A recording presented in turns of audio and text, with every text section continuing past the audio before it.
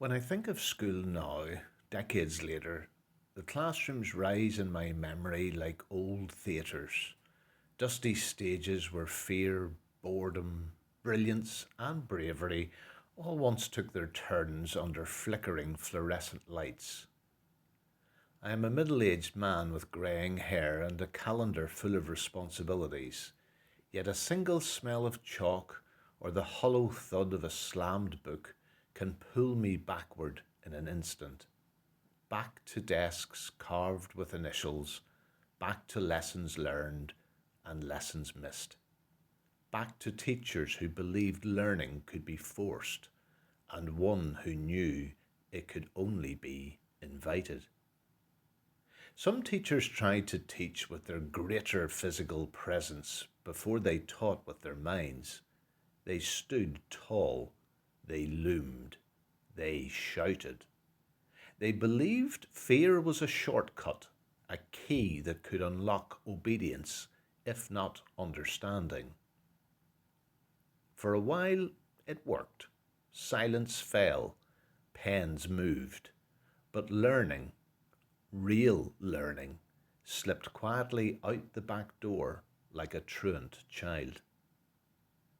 Mr. Hunter was the embodiment of that philosophy.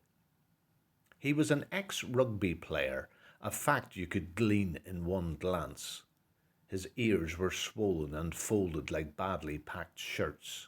His nose had been broken so many times it no longer remembered its original shape. He had the permanent scowl of a man braced for impact, as if the world itself might throw a punch at any moment. He prowled the classroom the way a tiger prowls a cage, back and forth,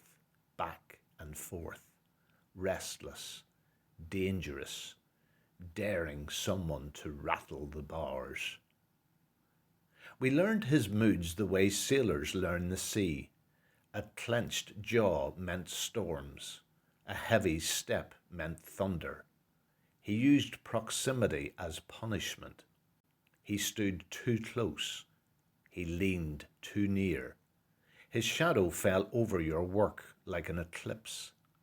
The classroom itself seemed to flinch when he entered, the walls holding their breath, the desks stiffening in fear. Even other teachers avoided his path in the corridor, shrinking into doorways as he passed, a human battering ram wrapped in denim. He wanted compliance. He got it. He wanted silence. He had it. For 40 minutes at a time. But when the bell rang, whatever he had forced into us leaked straight back out. Fear is a poor container for knowledge. It cracks, it spills, it leaves nothing behind but resentment and relief. And then there was Miss Gaston, a counterpoint to everything Hunter represented. Where he was bulk, she was barely there, a tiny woman, slight as a sparrow, who looked as if a gust of wind might lift her clean off the ground and carry her down the corridor. Her clothes hung gently on her frame, her shoes made almost no sound. Her voice, when she spoke, was quiet. I do not ever recall hearing her shout, not once, not ever. Yet when she entered a room, something happened. The noise softened. The air shifted. Attention gathered. She did not command silence. Silence came to her. She was an English teacher, and at the center of everything she did was a single stubborn goal: to help us discover who we were and to better understand the strange, complicated world we inhabited. Grammar mattered, yes. Structure mattered. But language to her was alive. Words breathed. Sentences walked. Stories watched us back.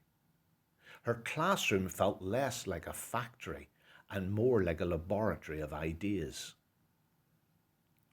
There was a sense always that she was learning too. She was not reading from a prepared script yellowed with age. She was not simply marching us through the curriculum with the least fuss and effort, ticking boxes like chores on a list.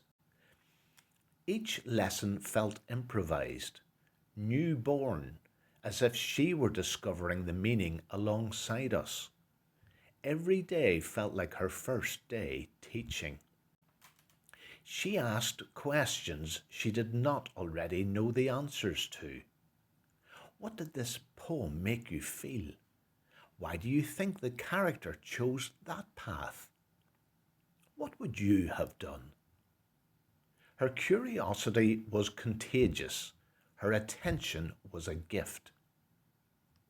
When a pupil read something aloud, something brave, something raw, something that made them vulnerable, her face lit up with a delight so pure it was almost embarrassing to witness. She leaned forward. She listened, truly listened, the way people listen when they care. Repetition became her quiet drumbeat. Look again. Read it again. If she struggled with convincing reluctant pupils of the importance of discovering themselves, she never showed it. No sighs, no sarcasm, no lies, no sharp edges. Only patience that seemed to regenerate overnight like a miracle performed in sleep. I remember one piece of writing in particular. We had been asked to write something personal. I don't even remember the exact prompt. I only remember the risk. I wrote about something I had never put into words before. Fear, maybe, or loneliness, or the sense that I was pretending to be someone I wasn't. The words felt clumsy, exposed, like stepping outside without clothes. When my turn came to read, my voice shook. The classroom blurred. I finished quickly and sat down, bracing myself for correction, for red pen, for improvement points, for marks. None came. Miss Gaston looked at me, and she beamed.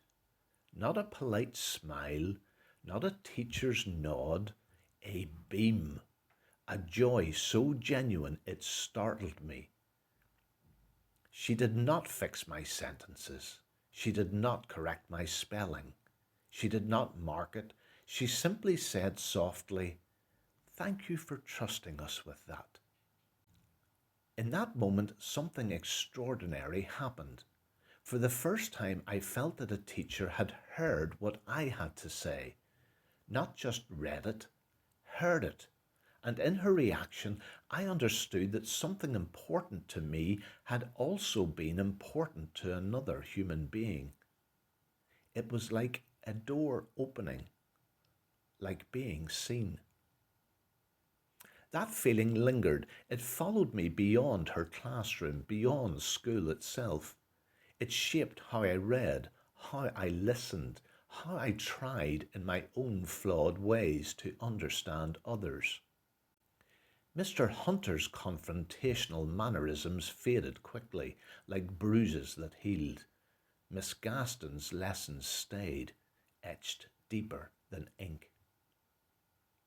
She taught us that language is not a weapon or a test, but a bridge, that understanding ourselves is not indulgent, but essential, that stories are how we make sense of the chaos.